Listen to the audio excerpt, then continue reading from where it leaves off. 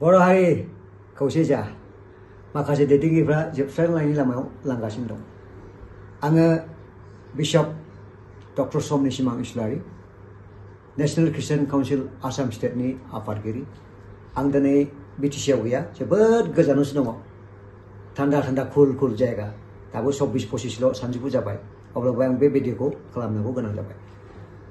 थांनाय बावैसो साननि सिगां जोंनि मेलेम भरा मिस्टार बिश्वजित दैमारिया जि स्टेटमेन्ट होदों, बेनि आङो 1 नाम्बार 2 नाम्बार 3 नाम्बार आं फिननाय होनो थांगासिनो दं। 1 नाम्बाराव बिथाङा बुंदों बर' ख्रिस्टियानफ्रा माइनरिटियाव थानो ना ट्राइबेलाव थानो बेखौ डिसाइड खालामनानै बिथाङा बुंदों। हु आर इउ टु आस्क दिस कुइसन? दिनैसिमबो जोंनि बाबा साहेबनि जिनाखि मा होनना बुङो बेखौ संबिजित जोंखौ सोंनो हायाखै बर'आव थानो ना ख्रिस्टियानाव थानो ना हारसायाव थानो ना माहाय थानो।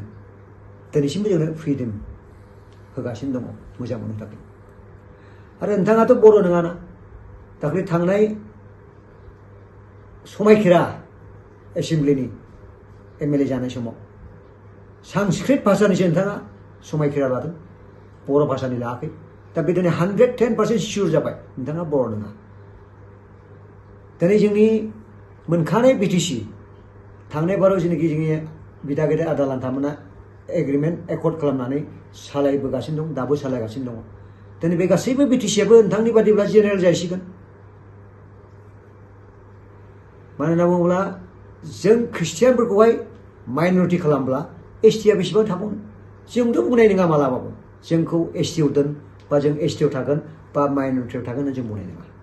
नाम्बार 2, बिथाङा बुंदों ओरैबो लायो ओरैबो लायो बर' ख्रिस्टियानफ्रा। आरो ट्राइबेलनि फेसिलिटिया बेसेबां दङ दिनै नोंथांमोन बादि खर' मेलेम गोबां मानसिफ्रानो दिनै होनो हायाखै। दस्राफ्रासो 80% 70% जागासिनो दं जोंनि प्रजेक्टफोरखौ, जोंनि थाखा फैसाफोरखौहाय। नों बादि सासे मेलेमजिबि मानसियानो बै थांनाय समाव 1968आव जोंनि बे दिसपुर ST खथाखौ जेनेरेल खालामनानै गालांदों, मेलेम बुरजा मानसिया जानानै। नाम्बार 3, नोंथाङा बुंदों एबाउट दा कनभार्सन। दिनै कनभार्सन होनना बुङोब्ला धोरोमखौ सोलायनायखौल' कनभार्सन होनना बुङा। नोंथाङा दे एसेमब्लियाव थायो, ACआव थायो, बेबो कनभार्सन। जुदि नोंथाङा जुदि कनभार्सन नङाब्ला बै हाग्राबारियाव औवा सिङाव थाहै नोंथाङा सानजौफुआव दिनैथ' बिराद 40 जानो हागौ आसामाव, गोलोम बोथोराव नों दंफां सिङाव थाहै कनभार्सनखौ जुदि नाङाब्ला। दिनै जों कनभार्ट खालामग्राखा ख्रिस्टियानफ्रा इन्डियाआवहाय सिगांहाय निउसपेपार खालामनो सोर खालामदों?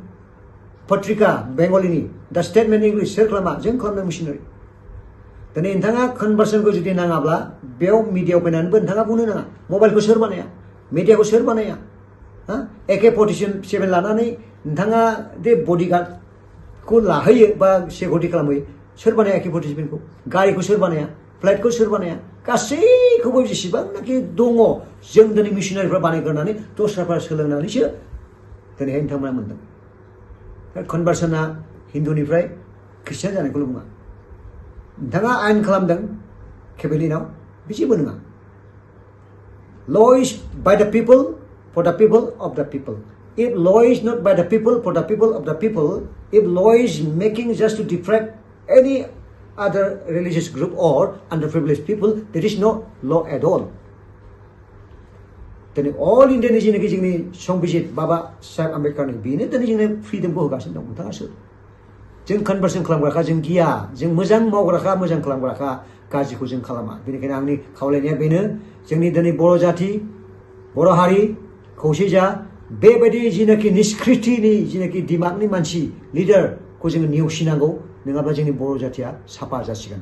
जोंनि गासैबो बिटिसिखौबो दस्राफ्रा दखल लासिगोन। बिथाङाथ' थांखाबाय गेरुआव, बै समावनो मा जाखाबाय 110% फुलफिल जाबाय। बेनिखायनो आं बेखौल' खावलायदों। दिनै गोबांथार बाथ्रा बुंनो गोनां दङ, नाथाय इसोरा गियान होथों बुजिनो थाखाय। इट इज माय prayer. So' God bless you. If God be willing, we'll be talking later on much more, because I'm not in Assam, out of state. Still then I have to speak something and correct to our people to bring in unity and to stay together with love. beside religion, beside any categories, we have to be together. This is what God created us. जों दिनै Christian जानानै जों दिनै गोबांथ' जोङो बर' हारिनि हाबाखौ जों मावगासिनो दं, जों मावलांगोन। आरो आं बुंबावगोन जोंनि जेनाखि सेन्सास, बे सेन्सासावबो दिनै जोंनि गासैबो बर' ख्रिस्टियानफ्रा ख्रिस्टियान धोरोम गावनिखौ लिरनांगौ, बर'आ बर'खौ लिरनांगौ। আপোনালোকে সকলো যি ধৰ্ম, নিজৰ ধৰ্ম বা যি জাতি সেই সেন্সাছত লিখিব লাগে, সেই মোৰ অনুৰোধ। Thank you, God bless you.